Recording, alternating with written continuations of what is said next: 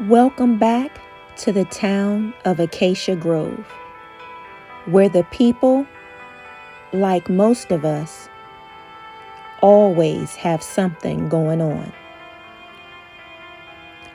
There's a famous quote by Nelson Mandela that says, "The greatest glory in living lies not in never falling, but in rising every time we fall."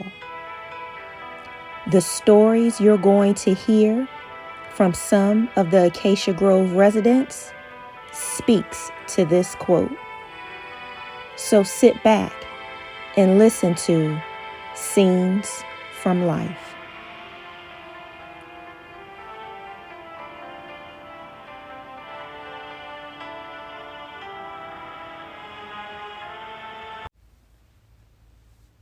Let me start by saying I've been clean and sober for 1,825 days. And it's been a long road to redemption. But as we say in Narcotics Anonymous, I'm taking it one day at a time. I won't spend my time telling you how I started using drugs. I want to share my journey out. I woke up one day after a night of drinking and snorting coke in the ICU of a local hospital. My man James, who I've known since freshman year in college, were heading home after hanging out with the boys, and I must have nodded off, and the car crossed the median and crashed into the Jersey wall. I don't remember anything about the accident, only waking up in ICU hooked up to a respirator with broken bones, cuts, bruises, and a dead friend. James just found out he was about to become a father for the first time. So I decided we needed to celebrate with the fellas and a few drinks. So we headed to one of the local spots in downtown Acacia. You can always be sure to find a good time in downtown Acacia. I didn't intend for James' night out with the fellows to end with him dead. Me laying in ICU and his wife's life turned into a living hell when she should have been celebrating one of the happiest times of her life. Dealing with the reality of it all was hard enough, but it got even worse when Naomi, James' wife, was finally able to visit me. There was no forgiveness in her eyes, no forgiveness in her words, and no forgiveness in her heart. She blamed James for not calling for the ride, but she faulted me the most because I was the one driving at the time of the accident. I told Naomi I was so sorry, and if I could take it all back, I would, and I promised to be there for her and James' child. And her response was, "I don't ever want to see you again." Man, that ripped into me almost as bad as James' death. Naomi was like a little sister to me. I've known her almost as long as I've known James. Well, I finally healed enough to be discharged and formally charged with driving under the influence, possession, and the use of illegal narcotics, and first-degree manslaughter charges in the death of James. I guess I should have told you. I'm into the 5th year of a 20-year sentence for the death of my man James. I've had nothing but time on my hands to reflect on my life and the life-altering mistake I made.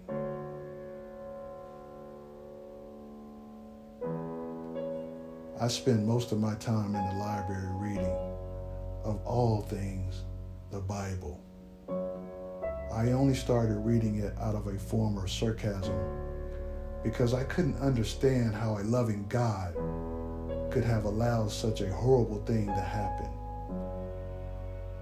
However, the more I read, the more questions I had, which led me to attend chapel service. Each sermon left me intrigued and wanting to learn more about the one it said who has the power to save, deliver, and heal. So, I wasn't surprised when I found myself in Bible study class with the chaplain. The more I studied, the more I wanted to know. The more I started to understand, the easier it was for me to cope. Eventually, the weightiness of the guilt I was carrying was gone. Serving time in jail for killing your friend while under the influence has a way of sobering a person up, but only the Word of God allows you to stay that way. During my journey, I reached out to Naomi several times with no luck. So, I will continue to pray that she finds in her heart to one day forgive me. Although James' son was born before my incarceration, I wasn't allowed to see him. My mother, who has kept the lines of communication open with Naomi, sends me updated pictures of James Jr. regularly. He looks more and more like his dad with each passing year. I can't begin to tell you how it saddens me to know James Jr.'s life has been drastically altered due to the choices I and his father made. Yes, I've since come to understand James played a part in his fate too, but nonetheless, his son will never know his father and doesn't know me, the man his dad intended to be his godfather. That fateful night, James asked me to be the godfather. I said yes without any really understanding of what the role really meant. I don't think James did either. For me, it was just a title that would behold me to a few dollars spent and a few outings here and there. Well, now that I've come to learn the Lord, it holds a deeper, more serious meaning for me. One day, I hope to meet James Jr. and ask for his forgiveness. Facing 20 years in jail will definitely sober an addict up real quick. But the day I said to the Lord, Father, into your hands I commit my spirit, his words has continued to sustain me.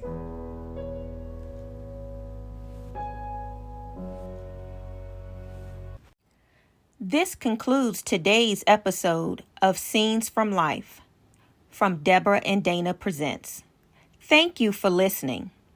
We value your feedback, so please make sure that you comment, follow, subscribe, and definitely share with others. And make sure you stay tuned for when the next episode drops. It's gonna be good.